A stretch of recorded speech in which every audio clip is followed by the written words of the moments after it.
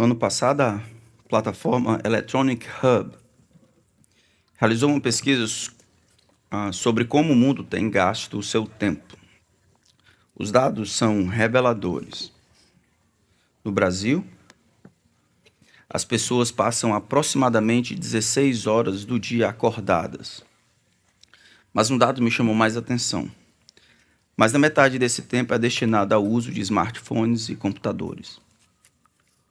O levantamento foi feito dentro de 45 nações.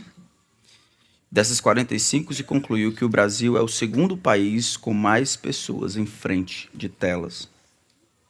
São cerca de 56% das horas acordadas em frente a telas, ou seja, cerca de 9 horas do dia. Em primeiro lugar do ranking estavam os sul-africanos, que passam 58% acordados usando o computador ou um smartphone. Em decorrência disso, uma geração que prefere o isolamento no mundo virtual não consegue se relacionar com os outros, resolver conflitos ou se concentrar em atividades simples.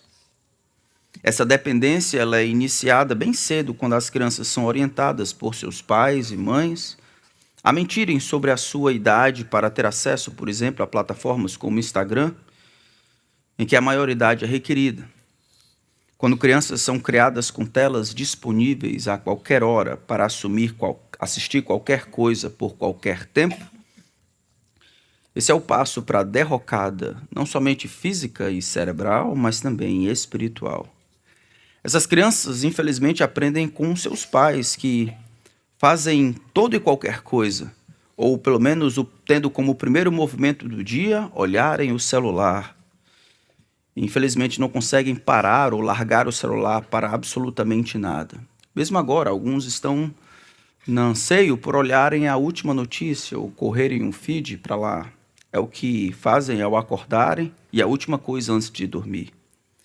Fazendo isso, esta sociedade, de maneira geral, que é um problema mundial, é um problema do Brasil, é um problema do cearense e é um problema da Planalto, faz com que esse drenar de energia, essa concentração exagerada nessas coisas, nesse percentual estratosférico, faz com que grande parte da nossa energia e do tempo seja dirimida, coisas que poderíamos gastar com algo que é mais importante, ou melhor, a melhor parte. Enquanto nós caminhamos com Jesus Cristo em sua ida para Jerusalém, nós temos olhado aqueles personagens no Evangelho de Lucas, em que eles não são, obviamente, os personagens principais desta trama. É o Senhor Jesus, o Evangelho diz a respeito do nosso Senhor Jesus, mas outros personagens estão ali, de alguma forma, para ajudar a ratificar, a sustentar a história de Jesus, e nós podemos aprender muitas lições com a interação de Jesus com esses coadjuvantes. O coadjuvante que nós vamos estudar nesta noite já foi conhecido, é uma mulher, novamente, ou uma dupla de mulheres, e ela é conhecida por ser uma mulher devota, confiante no Senhor, uma pessoa a quem Jesus muito amava, que tinha participação muito próxima no ministério de Jesus durante o seu tempo aqui, principalmente quando estava perto de Jerusalém.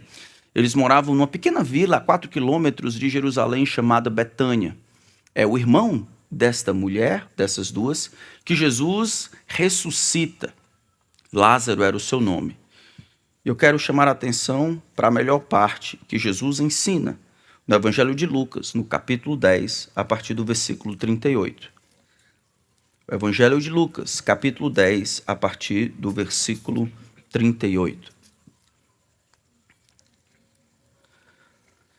A palavra do Senhor, então, diz assim, em Lucas capítulo 10, a partir do verso 38 até o verso 42.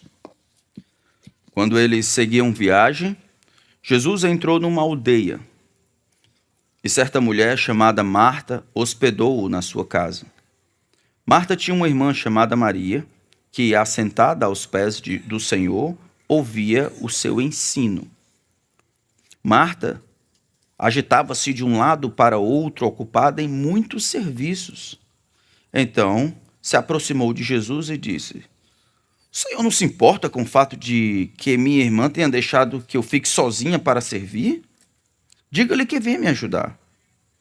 Mas o Senhor respondeu: Marta, Marta, você anda inquieta e se preocupa com muitas coisas, mas apenas uma é necessária. Maria escolheu a boa parte, e esta não lhe será tirada. Ao final desse tempo, enquanto nós aprendemos algumas lições, tanto do ensino de Jesus, quanto do coração de Marta, enquanto ela explicita o que estava no seu coração, na interação com Jesus, nós gostaríamos de ter muitas implicações sobre o uso do seu tempo, o uso do meu tempo. É uma das coisas que Jesus deseja ensinar aqui. E ao fazer isso, eu sei que eu estou falando com todos nós, que temos de alguma forma reclamado do mau uso do tempo, ou reclamado de não ter tempo, ou até se habituado a quase que de passar a ter tempo com o Senhor, enquanto nós, não porque trabalhamos com internet, mas porque nós temos habituado, produzimos em nosso coração e no coração dos nossos filhos, por permissão, ou porque temos trabalhado de maneira coadjuvante, o vício frenético por outras coisas. Temos permitido que outras coisas absorvam tanto de nossa energia, tanto de nossa atenção, que isso não tem nos preparado para aquilo que é de mais importante nessa vida. É aquilo que nós temos aqui que vai ser trazido para a eternidade, o nosso relacionamento com o nosso Senhor Jesus Cristo. A vida deveria ser para isso de alguma forma, mas nós temos escolhido não a melhor parte, mas uma parte que permanece aqui. Então, com uma aplicação clara, nós vamos ter o uso tanto sobre a vida, quanto sobre o serviço, quanto o tempo que nós temos gastado com as coisas desta terra. Marta e Maria vai nos ensinar sobre isso. Então, ore comigo. Ore pelo seu próprio coração. Você não vai gostar do que vai ouvir. Ore para que seja a palavra do Senhor, não a dos homens. Pai, a gente tem entrado num buraco sem fosso. Não é um problema simples de fora para dentro, é um problema de dentro para fora. Nosso coração é distraído, nós facilmente pegamos ferramentas e instrumentos que deveriam estar na periferia das nossas atenções, do tempo e energia, e colocamos no centro da nossa vida.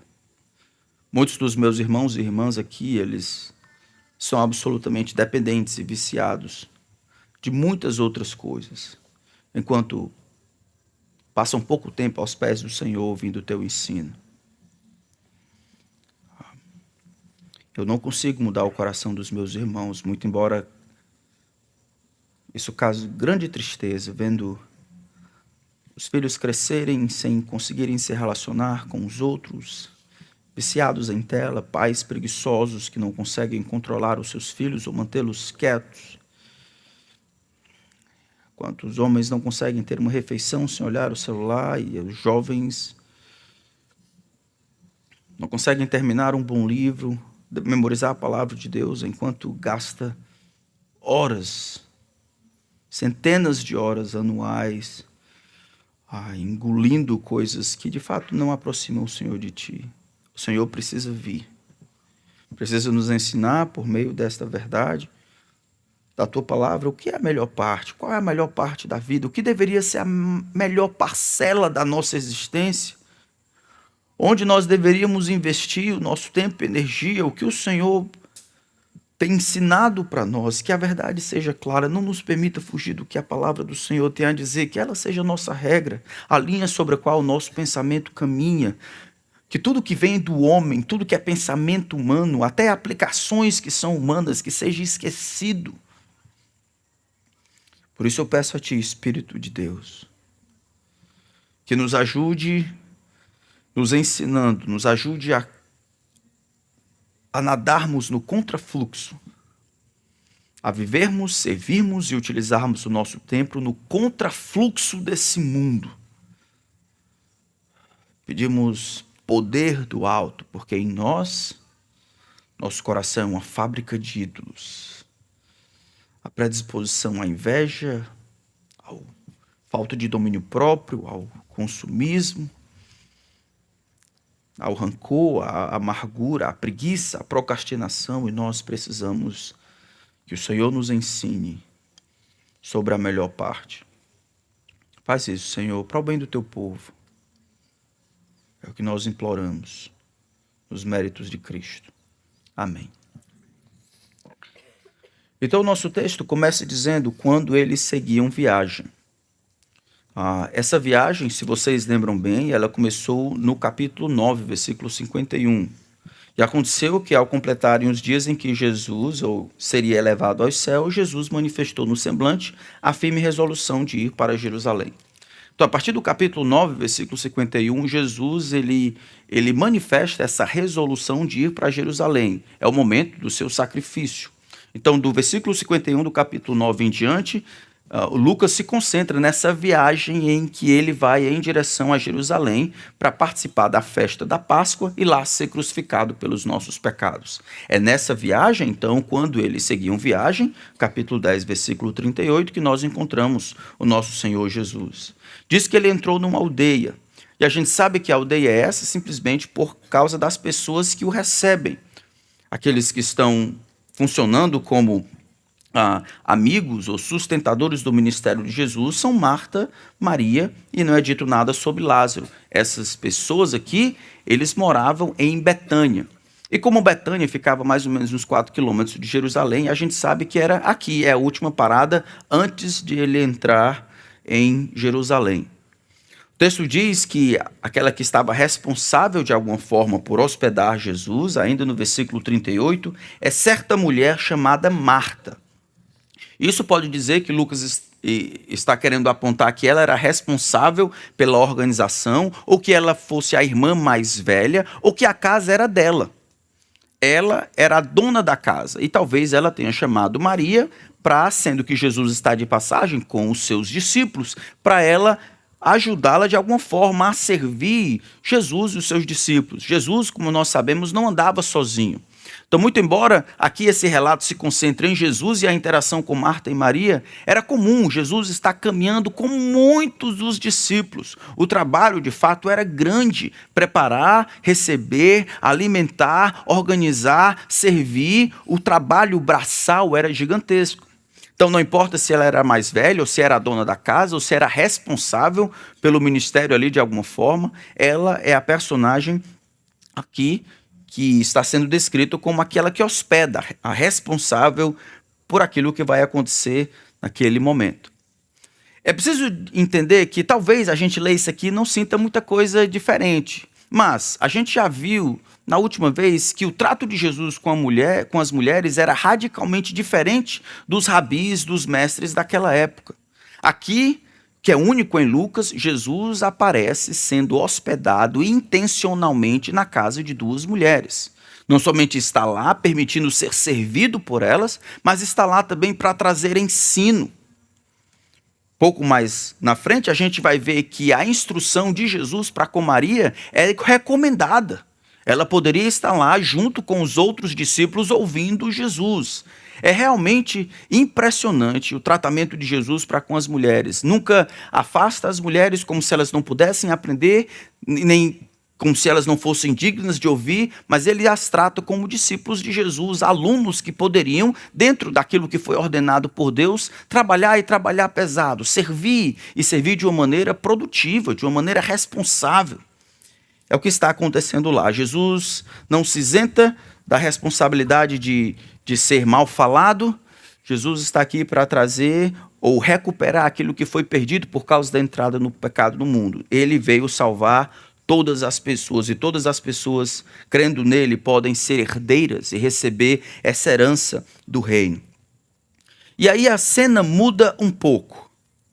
Versículo 39 diz que nesse ambiente, Marta tinha uma irmã chamada Maria, que, assentada aos pés do Senhor, ouvia o seu ensino. É preciso que a gente entenda o que está acontecendo aqui. É provável que Jesus está lá, talvez ele está no chão, ou então está num lugar mais elevado, E aí os seus discípulos estão ali perto e ela está bem próximo de Jesus, ouvindo atentamente. Embora não é dito muito sobre os seus discípulos, é dito focando a atenção no que Maria estava fazendo. O texto é bem claro. Diz que ela estava sentada aos pés de Jesus, demonstrando atenção, devoção. Ela não está interagindo, mas ela está recebendo. O texto diz que ela está ouvindo o ensino, não está prestando atenção nas suas gesticulações, ela não está olhando o que os outros estão fazendo, ela não está ali para servir de uma forma, ela está ali tomando uma posição de ser servida pelo próprio Senhor. Enquanto isso, do outro lado, o versículo 40 diz que Marta estava agitada, a ideia é que ela não estava parada, ela estava em constante movimento. Sabe aquelas possibilidades de uma mulher fazer 3, 4, 5, 6, 7 coisas ao mesmo tempo? É isso aqui, é Marta. Enquanto ela faz uma coisa, pega ali, o outro pede, ela volta para lá, o outro faz o negócio, ela viu o negócio que está errado, ela volta ali, tenta ajeitar, volta para cá, esqueci o negócio, volta para o canto, o outro. Essa é a ideia de agitada. A ideia é que ela estava com falta de equilíbrio, com a quantidade de afazeres que tinha por fazer, agitada de um lado para o outro, como andarilha. Estava caminhando de um para o outro, tentando dar conta de toda a demanda de ter o Rei do Universo, o seu Senhor, ali presente, junto com muitos dos discípulos. E a oportunidade única de ela servir Jesus da melhor maneira possível. Mas então algo acontece. Algo está acontecendo dentro do coração de Marta, que a gente não sabe muito bem até que ela explicite. Lucas coloca do lado de fora duas situações. É o mesmo Jesus e uma está se concentrando em ouvir Jesus, ouvir o ensino de Jesus, aproveitando a oportunidade para ser servida por Jesus e alimentar a sua alma. A outra, a mesma situação, o mesmo Jesus está na posição de ser serva, tentando controlar, ajudar para que Jesus tenha a melhor experiência na casa dela. Algo, no entanto, está passando dentro do coração de Marta. Enquanto ela agitava-se, ela aproxima-se de Jesus e disse: Senhor, não se importa com o fato de minha irmã ter deixado que eu fique sozinha para servir? Diga-lhe que venha me ajudar. A gente conhece Marta, certo? Marta gostava de servir, Marta conhecia o Senhor, Marta aparece como heroína em outros textos, como João capítulo 10 e João capítulo 11. Ela cria na ressurreição, ela cria no poder do Senhor. A gente já conhece ela é uma serva fiel. Mas parece que aqui o serviço havia tornado ela amargurada. O serviço desempenhado sozinha, da perspectiva dela, está fazendo com que ela desenvolva uma amargura para aqueles ou contra aqueles que ela acha que não estão fazendo nada. Enquanto ela observa aquela situação, o coração dela começa a fazer um julgamento. E esse julgamento aparece naquilo que ela pergunta e a maneira como fala com o Senhor, até na interrupção. Imagine que se Maria estava ouvindo Jesus, o que Jesus estava fazendo? Ensinando? Imagine então, enquanto ela olha, vai para um lado para outro e nada acontecendo, talvez ela passou um pouco, esbarrou em Maria, para ver se Maria presta atenção, talvez ela começou a cantarolar, eita, tem que passar o café de novo, que já acabou e tal. Mas ela não pegou nada. Então, o texto não comenta, mas sendo que Jesus estava ensinando, na última cena, talvez ela apareça, ela interrompa o Senhor. Ela tem uma reclamação a fazer. Veja, o serviço agora tomou um aspecto de amargura. Ela está amargurada contra aquela sua irmã, porque ela acha que a sua irmã não está fazendo aquilo que era esperado para ela fazer. Na verdade, ela está fazendo sozinha. Isso acontece nas casas dos irmãos? Talvez não, mas talvez na casa do pastor de vocês, de um deles, eu sei que acontece. Casa do Angécio. Se os filhos acharem que um dos filhos estão fazendo mais coisas que os outros, se um filho acha que ele está fazendo mais coisa que os outros, Normalmente a amargura dele se volta contra o outro que ele acredita que não está fazendo tanto quanto ele está fazendo, ou na mesma quantidade, ou na mesma qualidade. Se alguém não entender o serviço ao Senhor, a escolha de servir ao Senhor de uma determinada maneira e nivelar o serviço ao Senhor, baseado na minha escolha de servir daquela maneira, e eu não entender as possibilidades fora do que eu acredito, os homens se tornarão amargurados. Tem que fazer como eu faço, do jeito que eu faço. Ao compartilhar o que estava no seu coração, revela não somente uma amargura para contra Maria, mas também revela uma certa impaciência, sendo que ela resolveu na cabeça o melhor uso do tempo ou a melhor maneira de servir Jesus, então a outra deveria fazer e fazer logo. Como podemos fazer o que deve ser feito? Então ela não consegue ver que o Jesus está falando, ele está ensinando, e ela toma a dianteira para interromper. Marta também se demonstra um pouco orgulhosa e mandona. A maneira como o texto no original está sendo colocado é como se ela esperasse com a sua pergunta uma resposta positiva. Ô Senhor, o Senhor não se importa não de que Maria me deixou servindo sozinha? Veja que a maneira como é perguntado não é que eu decidi servir. Não. É que ela decidiu não servir como eu gostaria que ela servisse.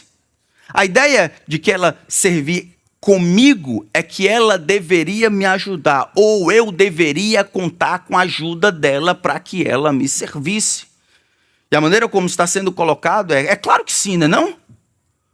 É claro que sim, é claro que o Senhor concorda comigo, por isso, a próxima vez, ela manda que Jesus faça alguma coisa, ordena que ela venha me ajudar.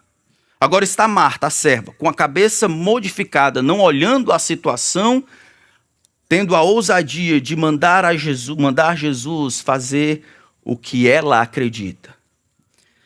Aqui ela revela uma percepção incorreta sobre o serviço.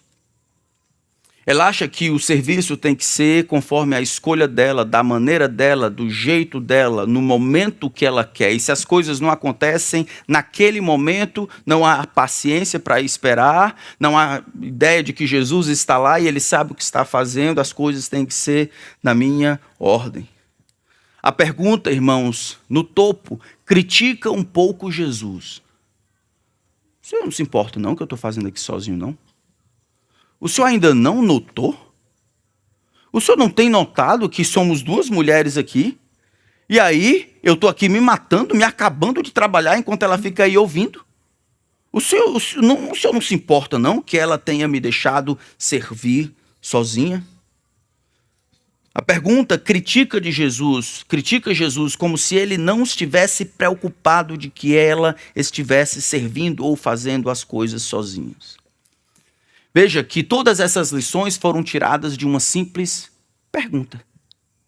Porque a boca fala do que está cheio o coração.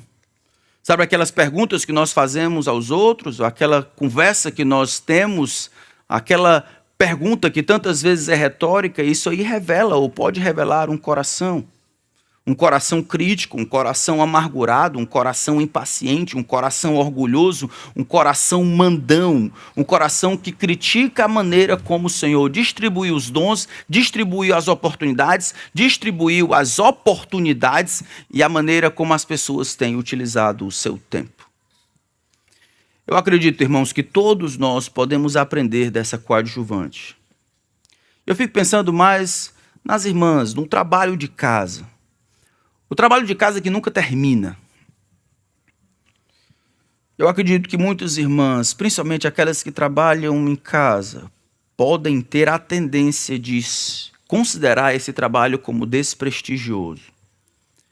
Exatamente como Marta considerar como se o Senhor não se importasse. Como se isso não contasse muito diante do Senhor. Essa mentira da desvalorização do trabalho que precisa ser repetido, do trabalho, do serviço para que outras pessoas se beneficiem, tem assolado muitas mães e muitas esposas, empurrado tantas vezes essas pessoas para fora da casa, para que seja mais produtivo. Não é incomum as pessoas os maridos terem condições diante de Deus porque temem ao Senhor de providenciarem para sua casa, mas as irmãs, mesmo com essa possibilidade, não se aguentam. Não se aguentam porque o trabalho de casa foi tido em algum lugar e crido no coração como algo desprestigioso, algo que não conta, algo que não é produtivo. Alinhar, organizar, providenciar para que as coisas rodem direito, tem que fazer tudo novamente, tem sido considerado desprestigioso. O coração de Marta ainda está no coração das irmãs. Amargura, às vezes, em relação às que estão servindo de uma outra forma. Mães e esposas amarguradas porque não têm uma ajuda que deveria receber, não têm uma gratidão que deveria receber, porque eu fiz e tenho que fazer agora de novo. E sou só eu que faço e eu tenho que fazer mais uma vez. E aí esta crítica, essa amargura, essa reclamação sobe por entre as paredes, passando pelo banheiro, sobe ao Deus do céu, que lhe deu família, lhe deu essa oportunidade, lhe chamou para que você decidisse servir de uma determinada maneira. Como é que se resolve isso? Marta pediu a ajuda de Jesus. Senhor,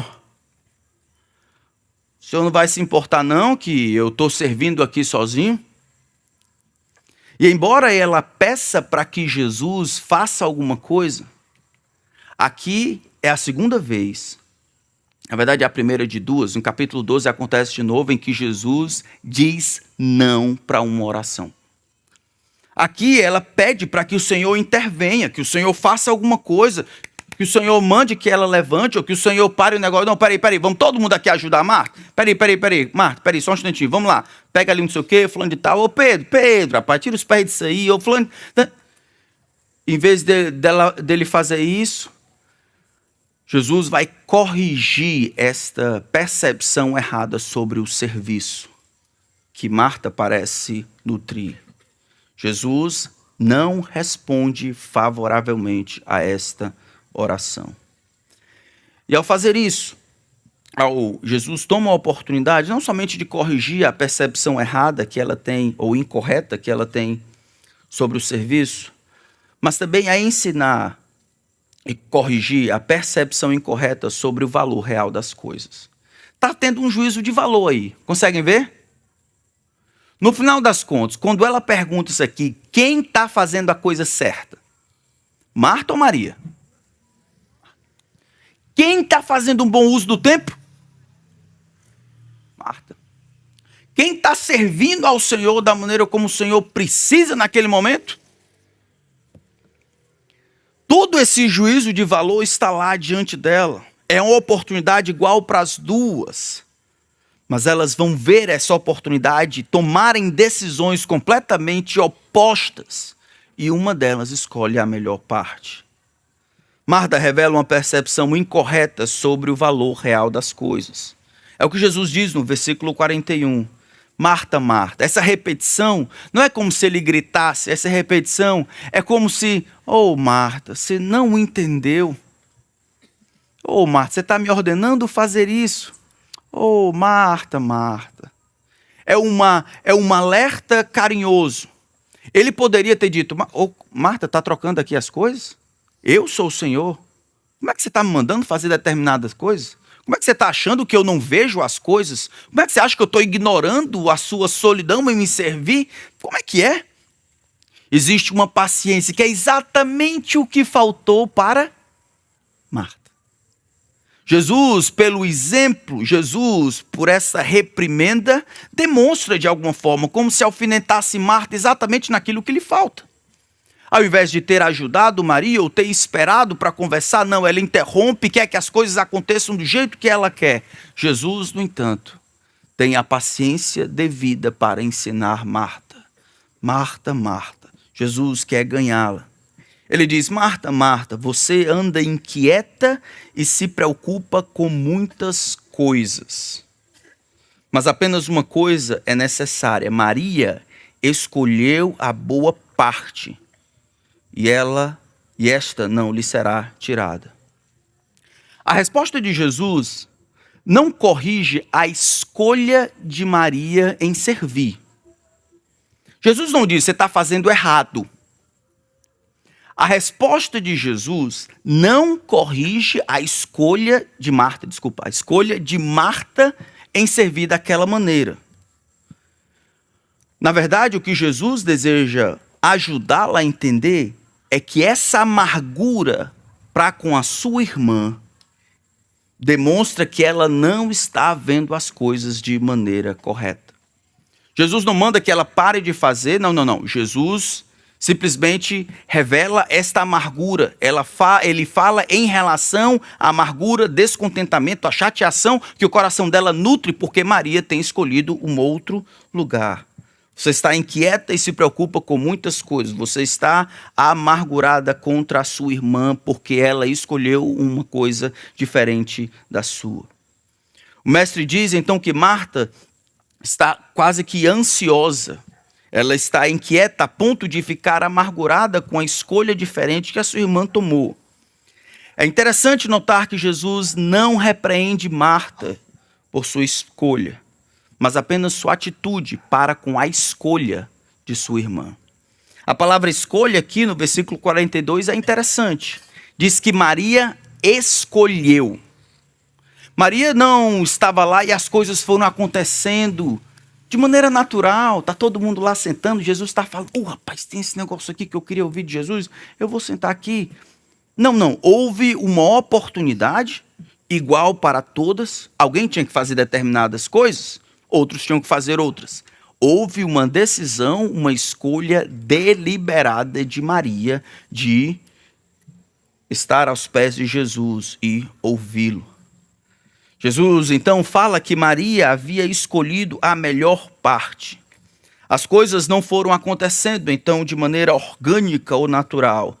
Jesus estava ali, disponível, apto para ensinar, e ela escolheu aproveitar a oportunidade e passar tempo com Jesus. Meus irmãos, eu fico pensando, às vezes nós acreditamos, eu acho que nós esquecemos que as coisas que de fato são importantes, as coisas que são eternas, relacionamento com Deus não acontecerá de maneira natural. Na verdade, nosso relacionamento com Deus, nada é natural. Estávamos mortos em nossos delitos e pecados. Nascemos assim, com o coração em estado de putrefação. De fora para dentro, o grande Deus veio ao nosso encontro e colocou fé em nosso coração para crer. E poder ele doou do túmulo vazio para nos fazer crescer. O que ele espera? Ele espera que nós façamos aquilo que ele nos deu o poder para fazer. Que nós recebamos toda a ferramenta que ele nos dá e nós decidamos passar tempo com o Senhor. Que a gente não ache que é uma coisa natural, que é uma coisa comum. Crescer espiritualmente, se preparar para o céu nunca foi nem será normal. Desenvolvam a salvação de vocês com temor e tremor. Maria escolheu a melhor parte. A gente vai saber a melhor parte de quê? Jesus ajuda ela a compreender, ajuda Marta a compreender o valor real das coisas. Aqui nós aprendemos com aquilo que Jesus diz sobre a importância de passar tempo com Jesus antes de procurar fazer as coisas para Jesus. Foi assim que o Senhor Jesus chamou os seus discípulos para passar tempo com ele. E aqui, mais uma vez, existe uma reminiscência disso. Existe uma recomendação para que a atitude de Maria seja reprisada pelos meus discípulos. De que existe mais valor, de alguma forma, em passar tempo comigo, em me ouvir, em passar tempo ao meu lado, em investir na decisão de passar tempo comigo. Isso tem um valor que precede fazer coisas para Ele. Fazer coisas para Ele, para que Jesus tenha uma boa experiência, para que as coisas funcionem bem, para que Ele se sinta confortável. Servir é posterior a conhecê-lo, amá-lo e adorá-lo. Sempre foi assim. Mas nossa vida, atividade, essa ativista que nós vamos e voltamos, nós acabamos ignorando o real valor das coisas. Nós somos ensinados pela palavra de Deus que o Senhor é a nossa porção. E qualquer escolha que façamos para passar tempo com Jesus nunca será uma má escolha. Por cima de pau e pedra, no meio de todas as dificuldades, na luta, no assoberbamento, na redução de tempo, no esmiuçamento das possibilidades, todo tempo intencional, todo planejamento, toda escolha, toda decisão para incluir tempo com Deus e aprofundar o meu relacionamento com Ele nunca será uma escolha ruim, nunca será uma escolha perdida. Sempre trará dividendos eternos. Sempre será a melhor parte.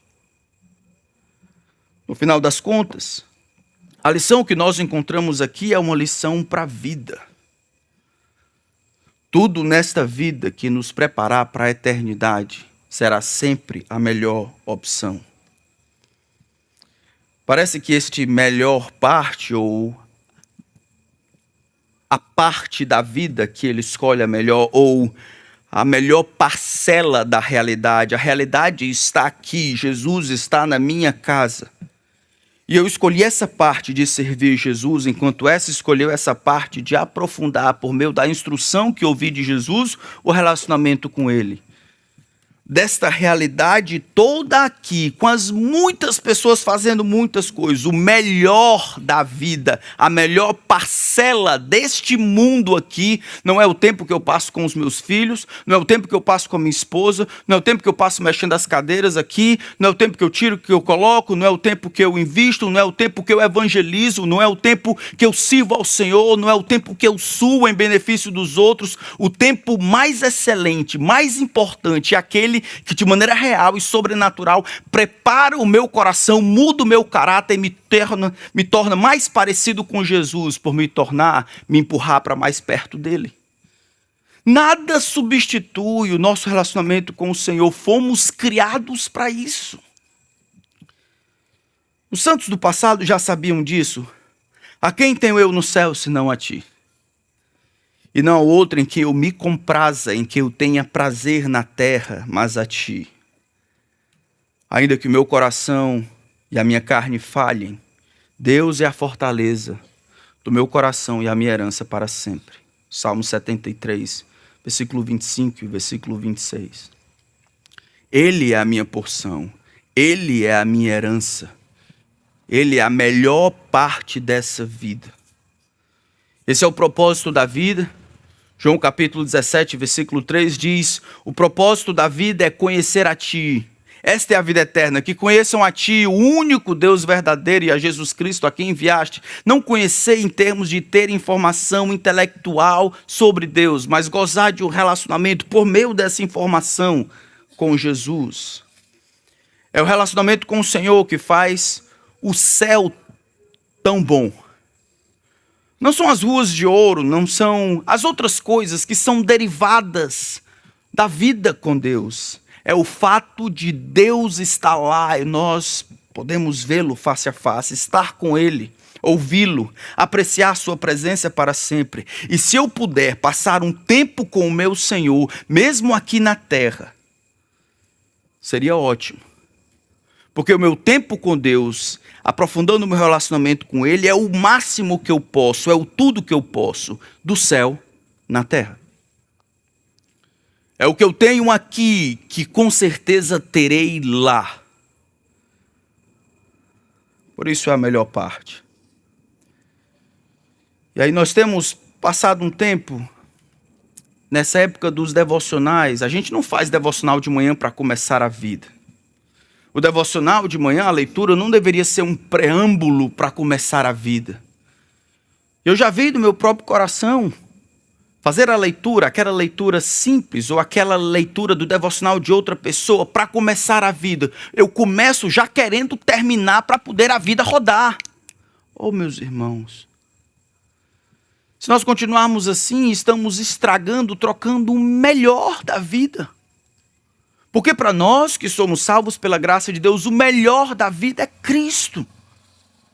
E tudo que eu puder fazer, todo o tempo investido em ter Jesus perto de mim e eu perto dele, é a melhor parte desta vida. Ô pastor, eu pensei que era servindo a Deus. Não. Fomos criados para conhecer, amar e só depois servir ao Senhor. Não começamos então esses devocionais pensando em terminar, para então fazer as coisas legais da vida. Ficamos tristes porque não conseguimos ter mais tempo com o Senhor. Ficamos tristes porque o tempo que eu consegui dedicar para isso foi pouco. Essa deveria ser a nossa atitude, porque é isso que nós faremos no céu. Conheceremos, seremos conhecidos, amaremos e aí depois serviremos. Essa é uma das razões porque o Senhor, acho, passava tempo sozinho. Muitas vezes nos evangelhos nós encontramos isso. Marcos capítulo 1 e até aqui em Lucas capítulo 9, depois da multiplicação, da primeira multiplicação dos pães e dos peixes. Lembram? Jesus multiplica 5 pães e 2 peixinhos para 5.000 homens, fora mulheres e crianças. Eu fico imaginando a fila que teria depois da multiplicação para falar com Jesus.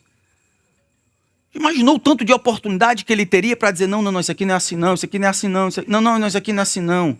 O texto, no entanto, diz que ele foi para um lugar deserto, mandou até os discípulos, vão na frente, e ele foi passar tempo com Deus.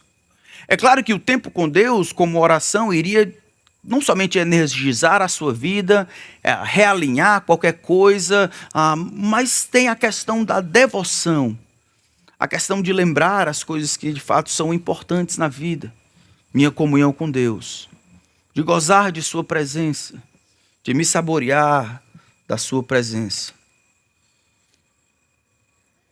É o que está faltando em tantos de nós. Por isso, 15 minutos lendo a Bíblia, 9 horas olhando Instagram. Aí você fica preocupado porque você não cresce? Tanta euforia para terminar um devocional de 20 minutos, ler uma coisa que alguém escreveu baseada em um versículo, enquanto você consegue rolar para cima o feed e participar e ver pessoas que você nem conhece. De novo, nem o problema em si, é o seu coração. Você não tem compreendido, não tem dado o real valor às coisas. O tempo deveria ser para preparar você para o céu. Você deveria escolher a melhor parte. E aí, por último, Jesus, ele explica a razão, que nós já vimos um pouco. Ele não somente corrige a percepção incorreta que ela tem sobre o serviço, corrige a percepção incorreta sobre o valor das coisas, o valor real das coisas. Passar tempo com Jesus antecede qualquer outra atividade para Jesus. Nunca é perca de tempo. Mas também Jesus corrige a percepção incorreta sobre o uso de tempo. E aqui é uma subdivisão do anterior. Ele diz, mas apenas uma coisa é necessária. Ou uma coisa apenas é necessária. Dentre as muitas coisas aí, uma coisa apenas é necessária. A gente fica pensando, o que seria essa uma coisa apenas é necessária? Necessário para quê? Veja que quando Jesus entra lá para receber o serviço de Marta, rapidamente ela se coloca como aquela que quer servir, providenciando para Jesus as coisas que são necessárias para ele e os seus discípulos, para que eles fiquem bem acomodados e desenvolvam bem os seus ministérios. E aí parece que no meio desse processo ela tomou para si uma responsabilidade indevida, como se fizesse coisas porque Jesus precisava. Por isso a amargura talvez em direção à sua irmã. Jesus modifica a mesa dizendo, não, uma coisa é necessária, não para mim, para você. Nessa oportunidade que está para as duas, você se coloca como alguém que dá, não. Você sempre, quando está ao meu lado, precisa se colocar como alguém que recebe, alguém que precisa. E eu como aquele que providencia o que as pessoas precisam. Uma coisa apenas é necessária. Uma coisa apenas é necessária. Ou poucas pouca coisa necessária, em outras palavras, apenas uma. E é exatamente o que Maria escolheu. Maria escolheu passar tempo comigo. E aí eu fico pensando a vida como um todo, mas pastor, a gente não precisa trabalhar, não precisa estudar, não precisa servir, as cadeiras não precisam ser arrumadas, as linhas aqui não precisam ser transpostas para lá, mas tudo isso precisa ser feito não como algo que fazemos para agregar coisas que faltam em Deus. Não. Nós fazemos na força que Deus supre, nós fazemos na consciência da nossa incapacidade, na ausência das coisas que temos. E essas coisas não subtraem o tempo que nós precisamos dedicar ao Senhor. Porque fazer uma coisa sem a outra é absolutamente perder tempo.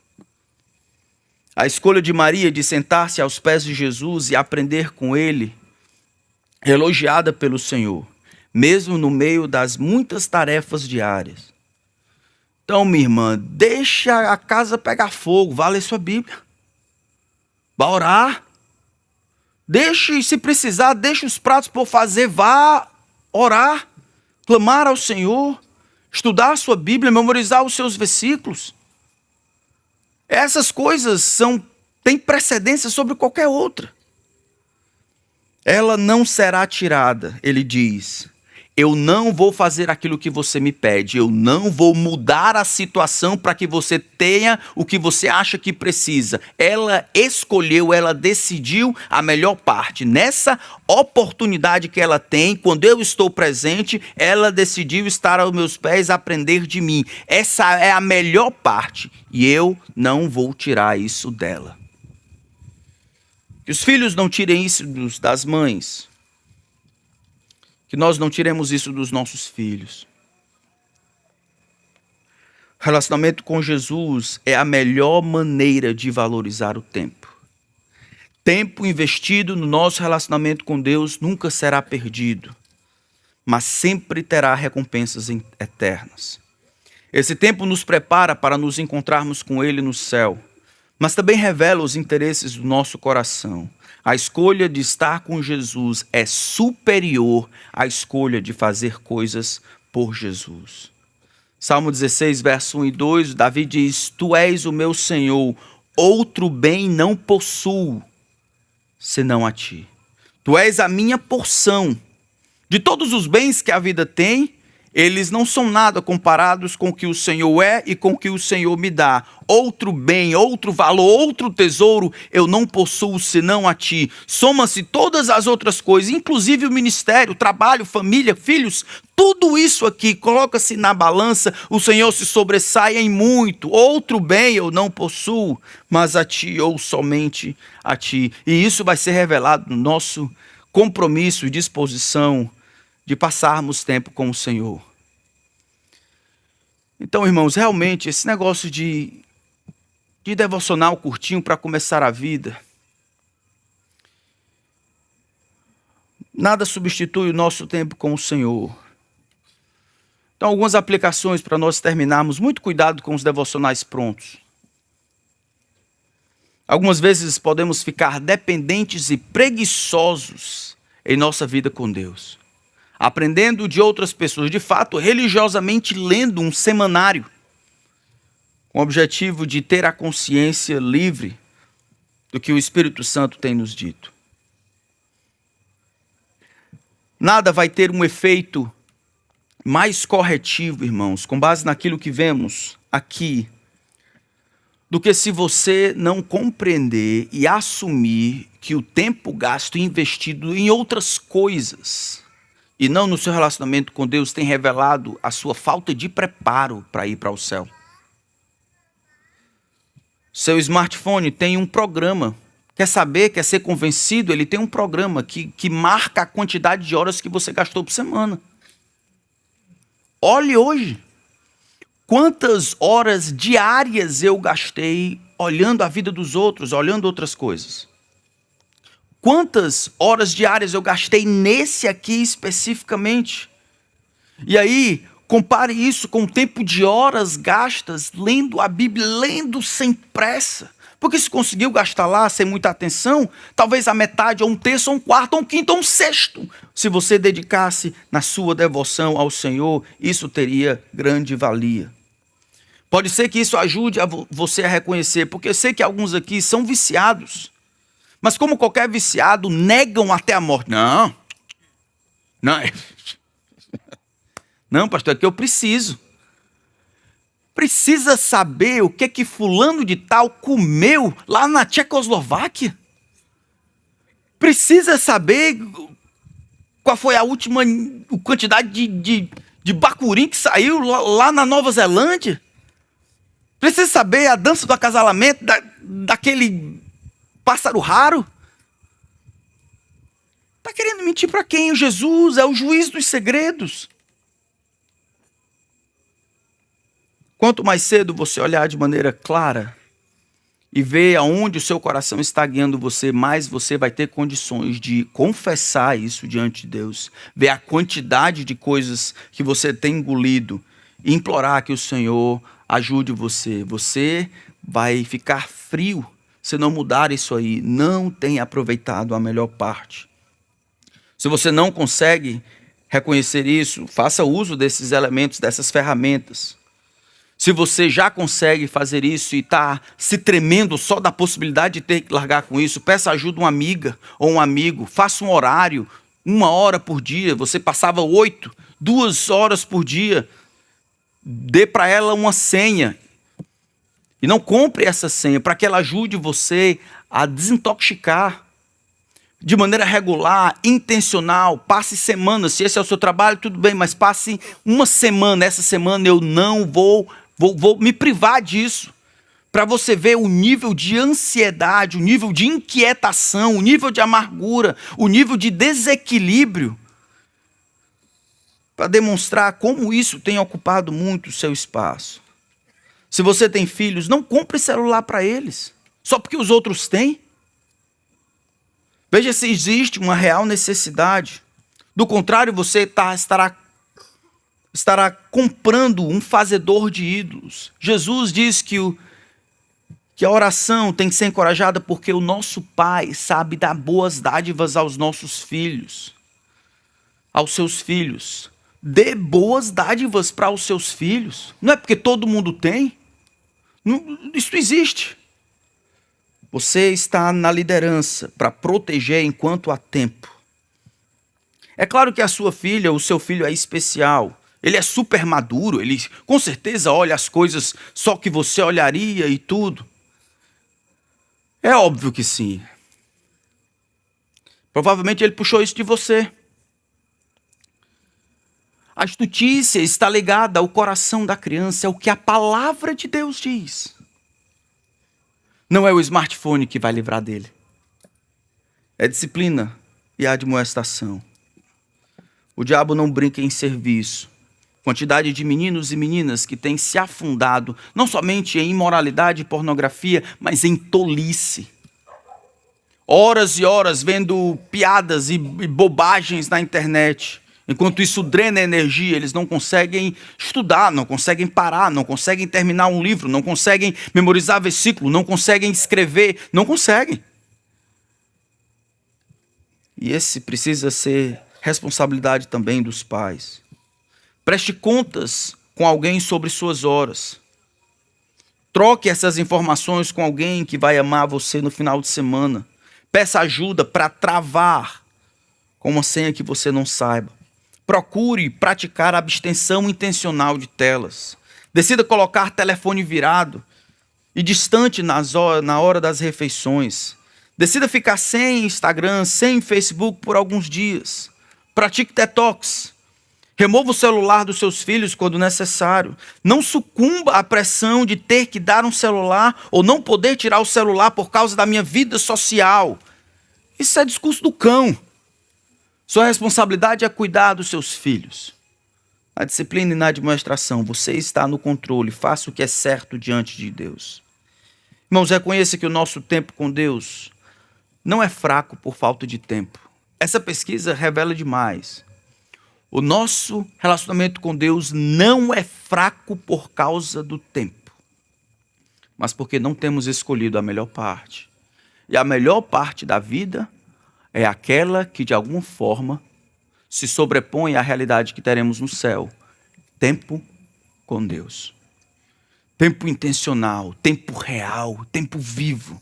Tempo de louvar, tempo de cantar, tempo de confessar, tempo de ouvir a palavra de Deus, tempo de clamar que o Senhor venha, tempo de aquecer o nosso coração. Onde estão essas coisas? O diabo tem, de alguma forma, feito uso dessas coisas. Eu peço que Deus lhe dê convicção e coragem. Se você decidir escolher a melhor parte, vai estar no contrafluxo do mundo. O mundo vai vergar o seu pescoço, vai infantilizar você, tornar você alguém estulto e tolo.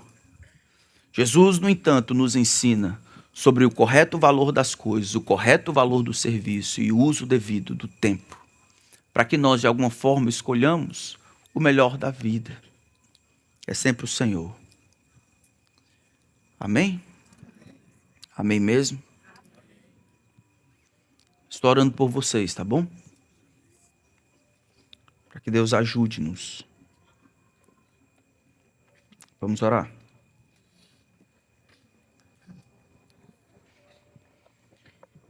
Senhor, obrigado pela tua palavra.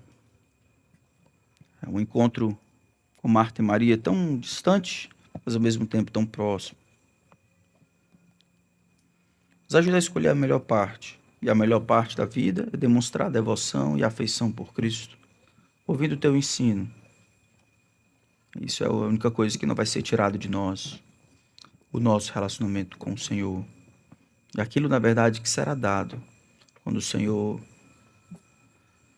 for tudo para nós no céu. Que as nossas decisões no presente antecipem e preparem